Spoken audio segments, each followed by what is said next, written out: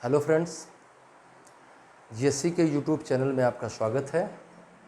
आज का हमारा topic constitutional development of India है। कॉन्स्टिट्यूशनल डेवलपमेंट ऑफ इंडिया पे एक सीरीज़ हम लोग चला रहे हैं, जिसमें ये सेकंड लास्ट वीडियो है। इसके बाद हम लोग कॉन्स्टिट्यूएंट असेंबली को डिस्कस करेंगे, उसके बाद हम आ जाएंगे कॉन्स्टिट्यूशन में, संविधान में।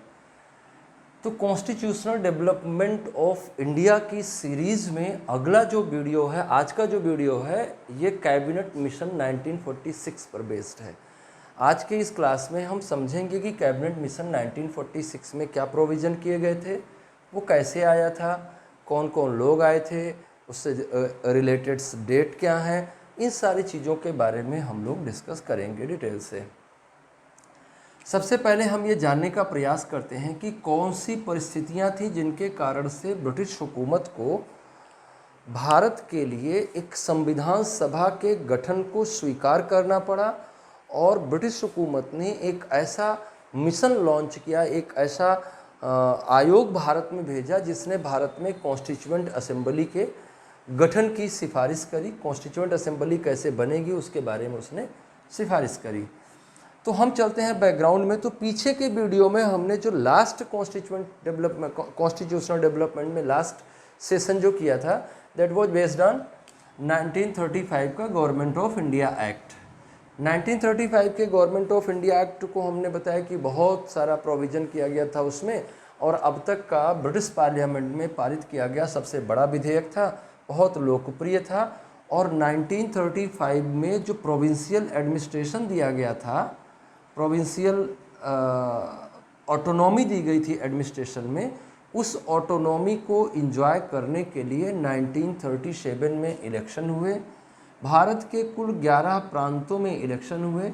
इनमें से 8 प्रोविंसेज में कांग्रेस मंत्रिमंडलों ने अपने सरकार का, कांग्रेस पार्टी ने अपने सरकार का गठन किया।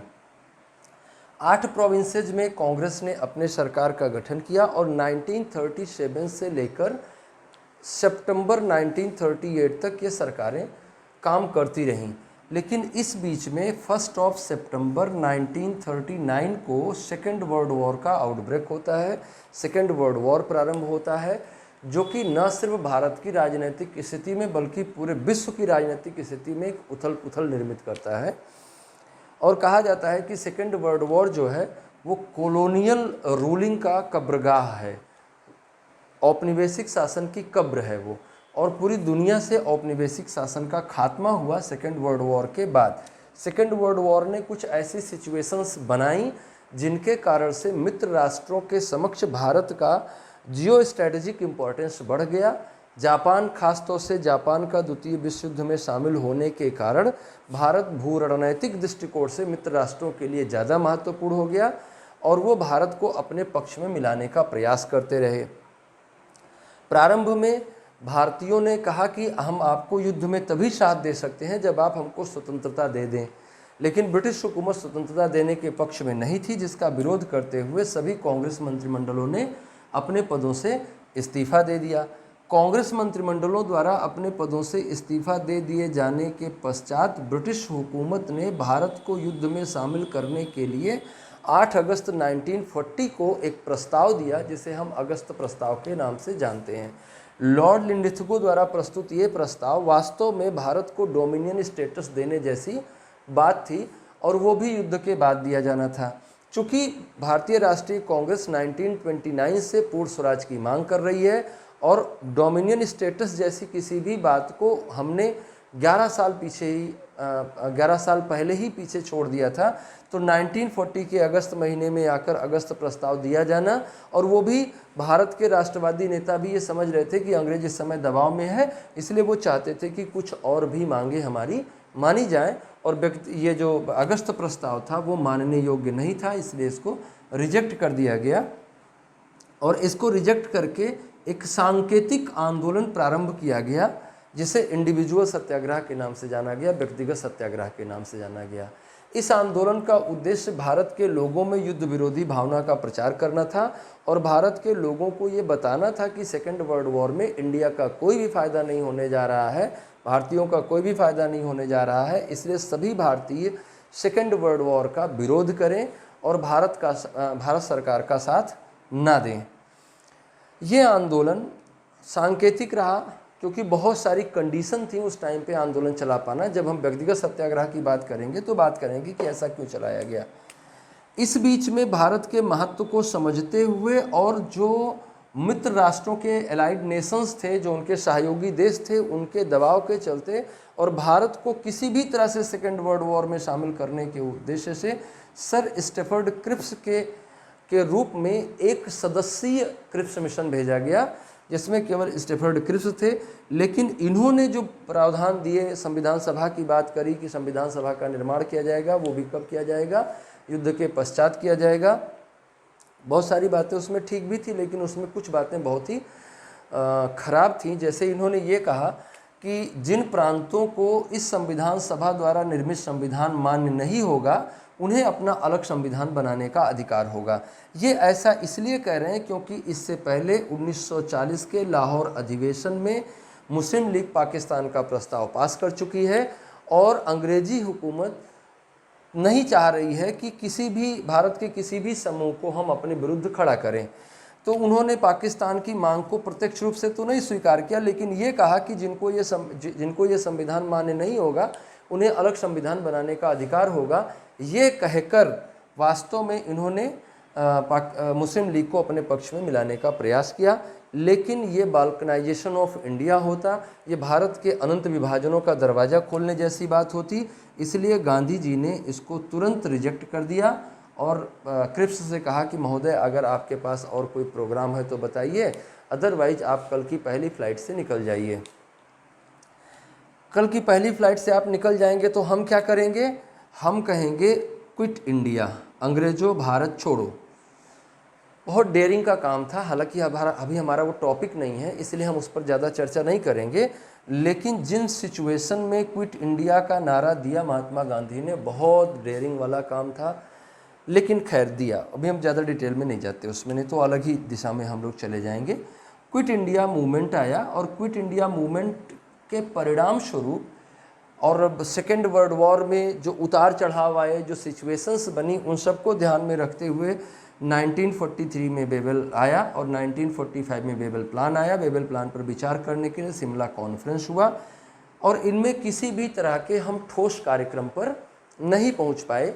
इस बीच में सेकेंड वर्ल्ड वॉर के बाद जो बहुत बड़ा परिवर्तन हुआ वो ब्रिटेन की पॉलिटिक्स में हुआ और ब्रिटेन में इलेक्शन हुआ, जनरल इलेक्शन हुआ 1945 में, और इस जनरल इलेक्शन में लेबर पार्टी की जीत हुई और क्लीमेंट एटली को प्रधानमंत्री नियुक्त किया गया, प्रधानमंत्री के पद पर नियुक्त किया गया।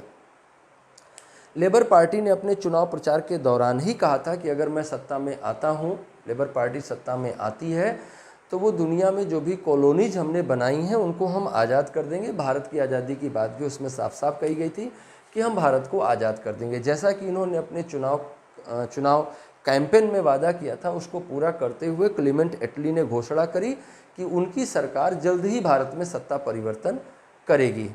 सत्ता परिवर्तन का अनाउंसमेंट जो है सरकार ने किया और सत्ता परिवर्तन करेगी। तो अब पहला सवाल खड़ा होता है कि सत्ता परिवर्तन किसको किया जाएगा, कौन होगा सत्ता को भोगने वाला, कौन होगा सत्ता को आगे कंटिन्यू करने वाला। तो उसके लिए ज़रूरी था कि कोई एक व्यवस्था बनाई जाए और उस व्यवस्था को बनाने के लिए क्लीमेंट एटली सरकार ने 14 मार्च 1946 को एक मिशन की घोषणा की, जिसे कैबिनेट मिशन नाम दिया गया क्योंकि इसके सभी सदस्य कैबिनेट मेंबर भी थे। और इस घोषणा के अनुसार 24 मार्च 1946 को एक मिशन भारत आया, दिल्ली आया, जिसे हम कैबिनेट मिशन कहते हैं। इसमें सर पैथिक लॉरेंस इसके अध्यक्ष थे क्योंकि वही उस टाइम पे भारत सचिव के पद पर कार्य कर रहे थे, secretary of state for India थे। इनके अलावा फर्स्ट लॉर्ड ऑफ एडमिरल्टी जिनका नाम एवी अलेक्जेंडर था और स्टेफर्ड क्रिप्स जो कि चेयरमैन ट्रेड बोर्ड थे, ये भी भारत में आए। तो ये तीन लोग आए और इन तीन लोग जिस मिशन के तहत आए उसका नाम कैबिनेट मिशन रखा गया। कैबिनेट मिशन प्रारंभ में आया और 2-3 सप्ताह तक भारत के राष्ट्रवादी नेताओं से, अलग अलग सामाजिक समूहों के नेताओं से बात करता रहा, लेकिन जल्दी ही उसने महसूस कर लिया 24 मार्च को आया और 15-16 मई तक उसने महसूस कर लिया कि इन लोगों से कुछ भी नहीं होने वाला है और ये किसी भी एक मत पर सहमत नहीं होंगे। इसलिए 16 मई 1946 को उसने अपनी योजना प्रस्तुत की। उसने जो अपनी योजना प्रस्तुत की उनमें किन किन बातों पर ध्यान दिया गया था, क्या क्या बातें कही थी, उनको भी आप देख लीजिए। उन्होंने ये कहा कि भारत एक फेडरेशन बनेगा, इंडिया एक संघीय शासन के अधीन शासित होने वाला देश बनेगा, जिसमें ब्रिटिश इंडिया प्रोविंसेज और नेटिव स्टेट्स शामिल होंगे। नेटिव स्टेट मतलब देसी रियासतें शामिल होंगी और ब्रिटिश इंडिया प्रोविंसेज शामिल होंगे। ये जो फेडरेशन बनेगा इसमें डिवीजन ऑफ पावर किया जाएगा और डिवीजन ऑफ पावर में ये ध्यान रखा जाएगा कि जो यूनियन लिस्ट के सब्जेक्ट हैं they will be vested in the union government. इसके अलावा जो स्टेट लिस्ट के सब्जेक्ट हैं वो स्टेट लिस्ट में जाएंगे। कंकरेंट लिस्ट दोनों के लिए रहेगी। Residual powers will be vested in state. जो भी रेसिडुअल पावर्स होंगी they will be vested in the state in the regime of state. तो स्टेट में वेस्टेड होंगी। ये वर्तमान जो भारत में संघ काम कर रहा है उससे अलग व्यवस्था थी ये। इसने अगली जो बात कही वो ये कहा कि भारत का विभाजन नहीं किया जा सकता। 1940 में मुस्लिम लीग की जो मांग थी, पाकिस्तान की जो मांग थी मोहम्मद अली जिन्ना की, उसको इसने रिजेक्ट कर दिया और इंडिया को यूनाइट रखने की बात करी।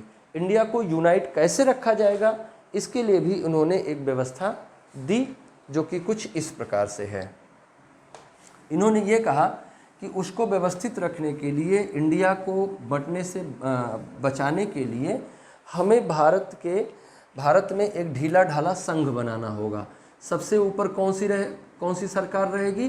तो सबसे ऊपर सेंट्रल गवर्नमेंट रहेगी और सेंट्रल गवर्नमेंट के नीचे 3 संघ काम करेंगे। देखिए, संघ बनेगा फिर उसका भी एक संघ बनेगा और ये संघ कैसे काम करेंगे? ए ग्रुप, बी ग्रुप और सी ग्रुप इस तरह से ग्रुप बनेंगे। ए ग्रुप में हिंदू बहुल राष्ट्र शामिल होंगे। हिंदू बहुल राष्ट्र में कौन कौन आ रहा था? Madras, Bombay, UP, Bihar, central province और उड़ीसा। ये सारे प्रांत कौन से थे? ये हिंदू मेजॉरिटी वाले स्टेट्स थे। हिंदू मेजॉरिटी थी इसमें, है ना, हिंदू मेजॉरिटी स्टेट्स थे। और बी ग्रुप में किसको शामिल किया गया? जो वेस्टर्न मुस्लिम मेजॉरिटी स्टेट्स थे, जो पश्चिमी सीमा पर मुस्लिम मेजॉरिटी नेशन स्टेट्स थे, उनको शामिल किया गया, है ना। तो मुस्लिम मेजॉरिटी स्टेट्स में कौन कौन से आएंगे? उनमें आएगा north west frontier province, Punjab और सिंध को शामिल किया गया। और सी में किसको शामिल किया गया? असम और बंगाल को शामिल किया गया। तो इस तरह से ये 3 संघ बन जाएंगे। देखिए, विभाजन का बेसिक कारण क्या था?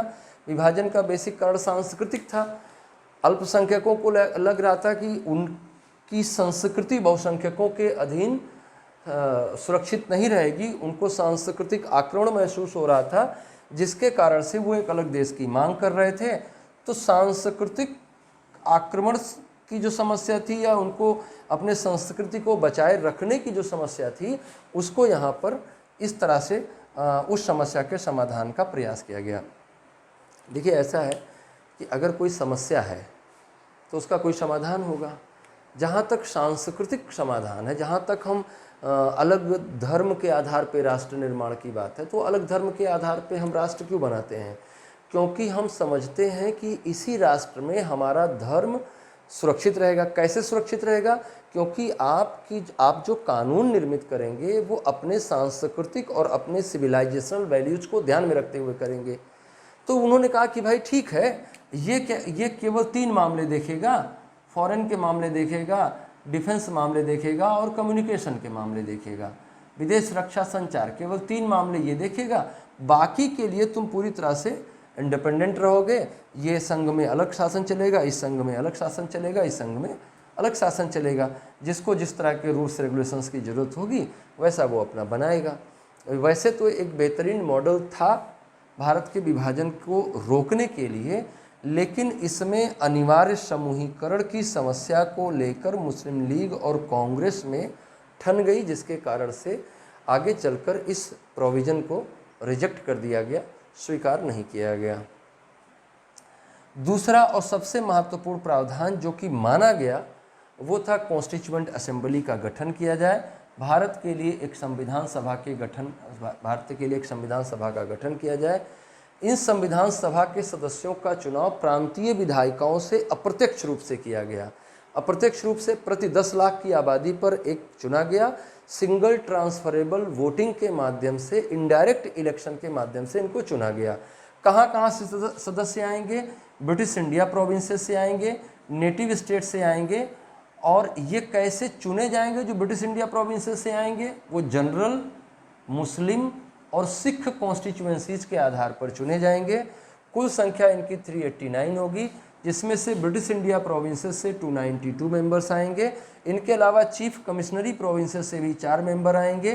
तो इस तरह से अगर देखा जाए तो ब्रिटिश इंडिया से 296 मेंबर्स आएंगे और 93 आएंगे नेटिव स्टेट से।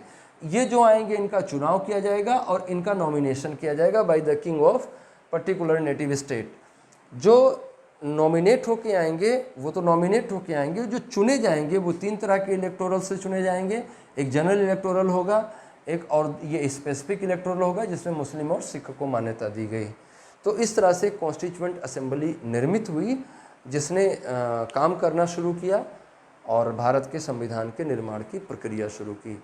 तो अगले लेक्चर में हम देखेंगे कि कॉन्स्टिट्यूएंट असेंबली कैसे बनी, कैसे उसने काम करना शुरू किया, क्या क्या उसने काम किए, और फिर हम लोग संविधान में आ जाएंगे। तो अगली क्लास में हम लोग फिर से मिलते हैं, तब तक के लिए नमस्कार।